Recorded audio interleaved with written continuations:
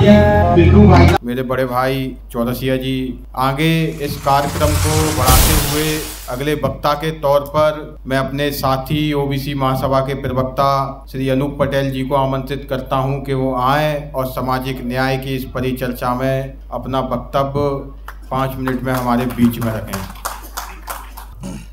धन्यवाद मेरे साथी विश्वजीत जी, हम लोगों के काबिल राष्ट्रीय प्रवक्ता हैं और चीज़ों को मंच में संभालने का काम करते हैं। आज वीरों की धरती, संस्कृति की धरती, तानसेन की धरती ग्वालियर में ओबीसी महासभा और भारत जोड़ो अभियान के संयुक्त तत्वाधान में आयोजित सामाजिक न्याय सम्मेलन पे आए हुए सभी पदाधिकारियों का, ओबीसी महासभा के पदाधिकारियों का, सभी आज के अतिथियों का और साथ में ग्वालियर के साथ साथ पूरे मध्य प्रदेश से सम्मानित श्रोतागण आज यहाँ पे आए हैं। डॉक्टर अनूप पटेल की तरफ से मैं उनका एहतराम करता हूँ, स्वागत करता हूँ, वंदन करता हूँ, अभिनंदन करता हूँ।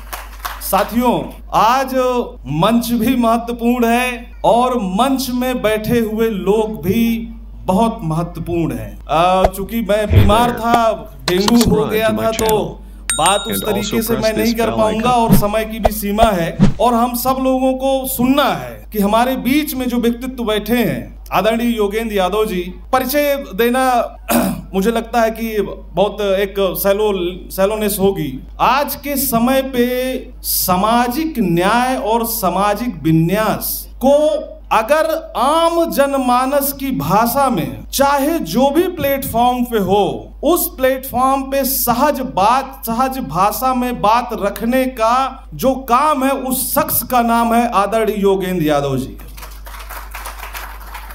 इस देश में जो विद्वान तो होते हैं, बहुत लोग होते हैं, लेकिन उस बात को, उस भाषा शैली और उस भाषा विन्यास के साथ अपनी बात को सहजता और विनम्रता के साथ अपनी बात को रखने वाला उस शख्स का नाम है योगेंद्र यादव जी। और मैं ही क्या, सब लोग आज उनको सुनने के लिए तत्पर हैं।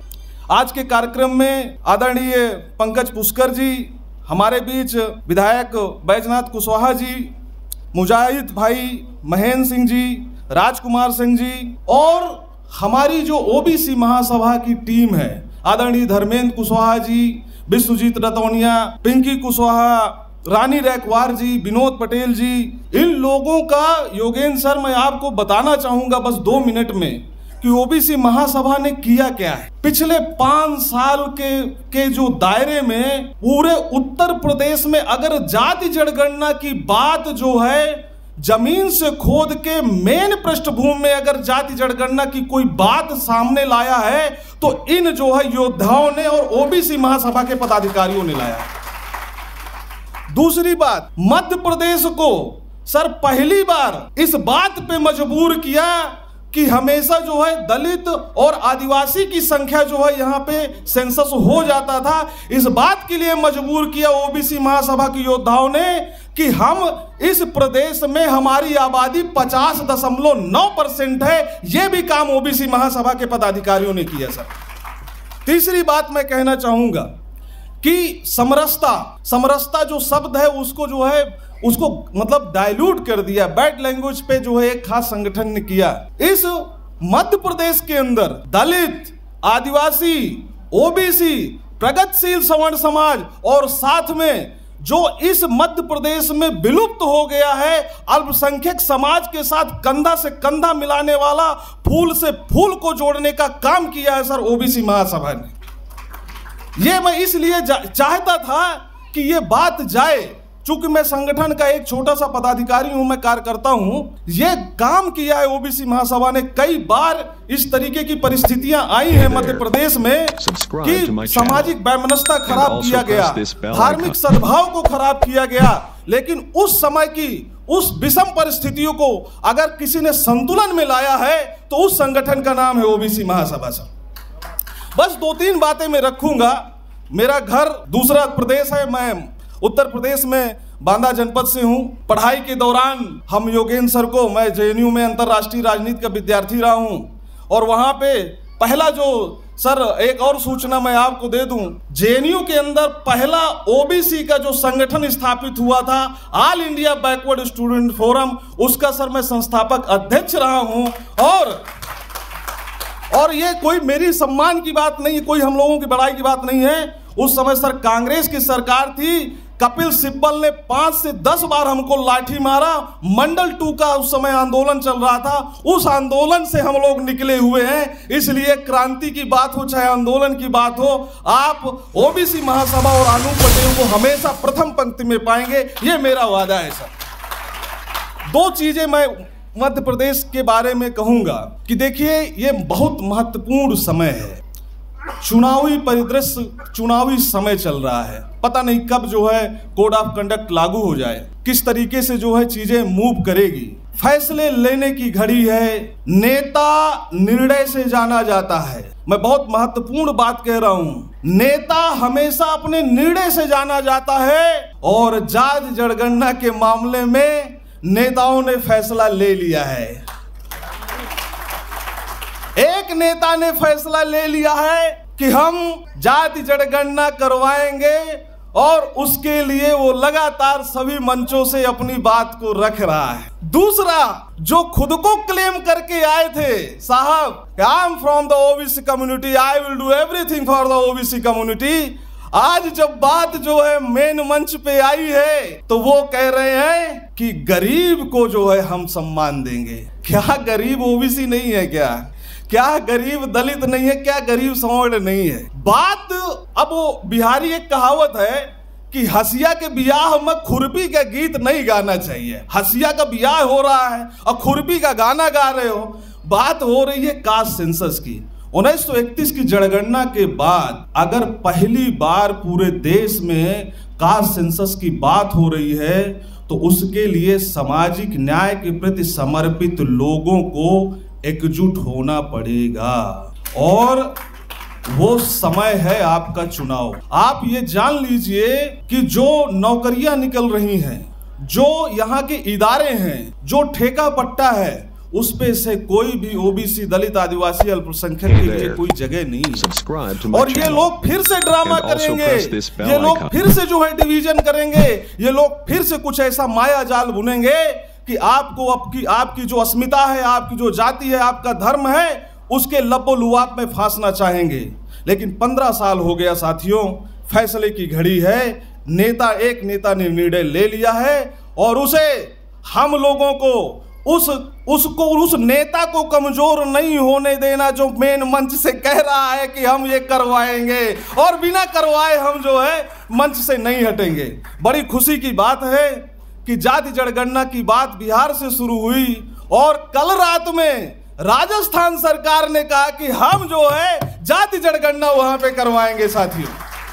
और निश्चित रूप से इसमें से आदरणीय योगेंद्र यादव जी की जो टीम है उसका बहुत बड़ा रोल है। भारत जोड़ो जो यात्रा चली, उस पे से जिस तरीके से उन्होंने एक नई चीज जो है, जैसे अंग्रेजों भारत छोड़ो, एक वो चला था आजादी के 1857 की क्रांति के समय, आज उसके 1857 से 1947 के बीच आज दूसरी बार योगेंद्र यादव जी ने आह्वान किया है कि भारत जोड़ो और भारत तोड़ो होने वालों को साइड में करो और भारत जोड़ो उस अभियान के लिए निकले योगेंद्र यादव जी। और मैं आपको विश्वास दिलाता हूं ओबीसी महासभा आपके जो है इस उत्साही कदम को हमेशा जो है प्रोत्साहित करेगी, कंधे से कंधा मिला के चलेगी, कभी भी इस उत्साह को कम नहीं होने देगी। ये आपके लिए मेरी तरफ से वादा है सर। लास्ट में एक पॉइंट और कहूंगा सर कि मामला बिहार से शुरू हुआ। कोई एक आप सोचो कि नीतीश जी और तेजस्वी जी ने ये कर दिया, तो ये ऐसा नहीं है कि उन्होंने किया। एक जो सिविल सोसाइटी और जो मिडिल क्लास पैदा हुआ है 2008 और 9 के मंडल 2 के बाद, उसकी ये आवाज है, सोशल मीडिया हो चाहे जहां हो, आज मुखर हो के ओबीसी ये बात कर रहा है कि हमारा कास्ट सेंसस करवाइए। और जो करवाएगा हम उसको वोट भी देंगे, राजपाट भी देंगे, सत्ता भी देंगे, लेकिन हमारी बात अगर तुम नहीं करोगे तो तुम्हें सत्ता हम नहीं देंगे। तो बात यह है कि वो संघर्ष जो 2011 से चला आ रहा था वो उरूज पर पहुंचा है।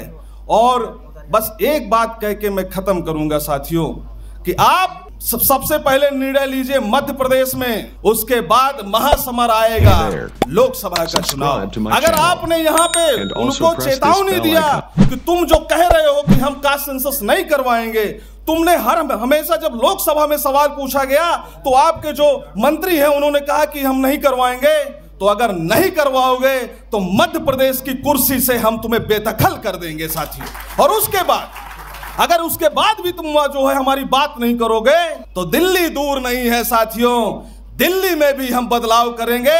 और कास्ट सेंसस की जो बात करेगा, ओबीसी आरक्षण की जो कैप को हटाएगा, क्रीमी लेयर को जो हमारा एक फाउंडेशन है, बताओ क्रीमी लेयर 8 लाख में जो है ओबीसी को क्रीमी लेयर में कर देता है। और ईडब्ल्यूएस की भी मुझे बात करना था।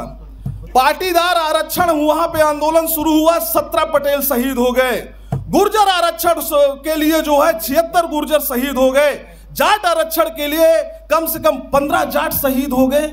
और ईडब्ल्यूएस के लिए कोई आंदोलन नहीं हुआ और 4 दिन में यह लागू हो गया। इस नेक्सस को समझने की जरूरत है। इस नेक्सस को अगर आप तोड़ देंगे, इस नेक्सस को तोड़ देंगे कि बिना वायलेंस के, बिना रक्तहीन जो है आंदोलन की अगर इन लोगों का जो है अधिकार लागू हो सकता है, तो हम लोग अगर यूनिटी के साथ आए तो हम अधिकार भी लेंगे और याचक नहीं होंगे। हम अन्नदाता हैं, हम दान भी देंगे, पहले भी दान देते रहे हैं। हम तय करेंगे कि आपको कितना मिलेगा।